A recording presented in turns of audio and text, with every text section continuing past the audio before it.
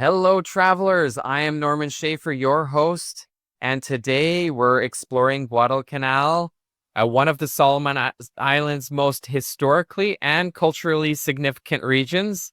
And today we'll be exploring a little bit about Guadalcanal Province within the Solomon Islands. Good to have you with us on our podcast today. Before we dive into today's episode, I want to tell you, if you've ever dreamed of experiencing one of the incredible destinations that we talk about on the show, be sure to visit farandawayadventures.com. For over 30 years, I've helped travelers discover some of the most extraordinary destinations on Earth. If this is of interest, check out the link in the description to farandawayadventures.com, and we'd be happy to make your next trip unforgettable. You could just kind of tell us your name and a little bit about the Guadalcanal Province's tourism offices and the efforts that you're making. Thank you, Norman. So Guadalcanal Province is one of the biggest islands in Solomon Islands. It is where Honiara is, the capital city of Solomon Islands. Guadalcanal has 7 languages that existed within the island, and its population is 100,000, approximately 100,000+ people. That includes Honiara as well. Guadalcanal has different traditions and cultures within the island. For example, in the west side of Guadalcanal, it's their culture is different from central part of Guadalcanal. And so with all of these different cultures kind of mixing in one small area, how do you think that, I guess, travelers going there will notice the various differences within these cultures? Absolutely, yes. So they will notice once they go to Guadalcanal, they will notice different ways of living, different languages that people speak in Guadalcanal. Yeah. And I guess, what are some of the must-see, I guess, ways that they can experience these different cultural experiences when they go there? So we have villages that open to visitors to visit and get to experience the way the people do traditional crafts, food preparations, how they live and grow their food. In terms of sustainability, they also practice it in the villages.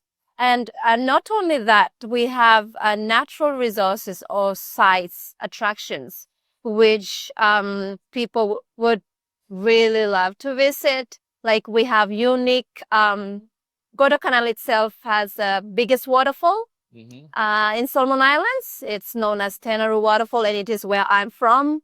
So yeah.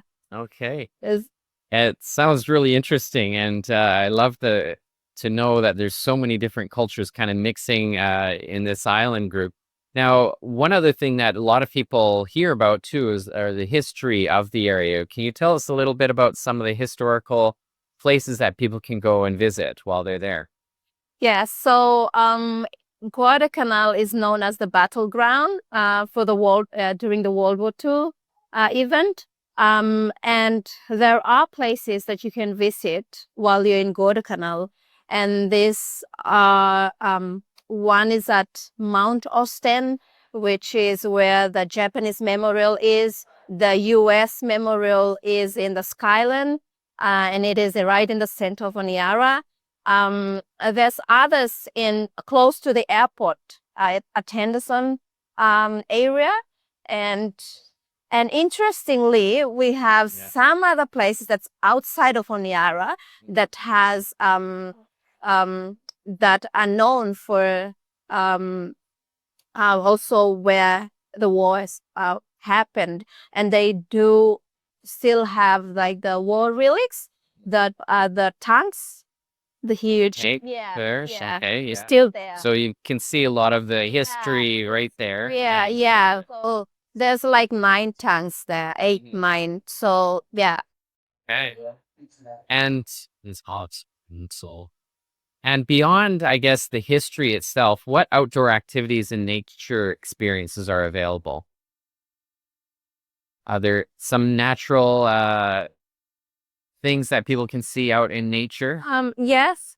Yes. So Solomon Islands has like what I've said, different natural beautiful sites to visit.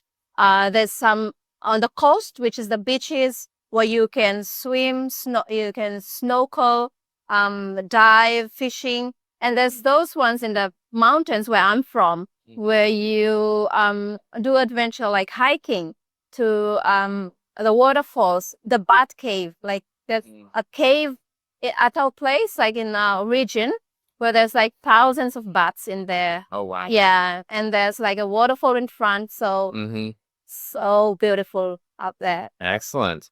So I guess, could you highlight maybe a hidden beach hike or cultural experience that's not widely known, but is a must visit for people that go there?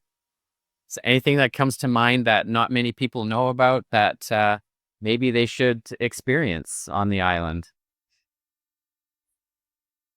I would say the culture. Mm. There's more to learn about the culture. Like I've said, within the Guadalcanal itself, the culture is very like different. So it would be really an amazing experience if you get to go to the places within the island and to experience the different cultures that exist within the same island. So that itself is unique, like sometimes people might thought that Guadalcanal has the same culture for the whole island, which is not. We have like different languages within the island, the same island, and different cultures as well. So I would recommend people to go for it. Excellent. Well, thank you so much for joining us on the podcast today. It's great to learn a little bit more about Guadalcanal. Thank you, Norman. Thanks for tuning in. Discover your next unforgettable journey at farandawasadventures.com. Experience the world differently.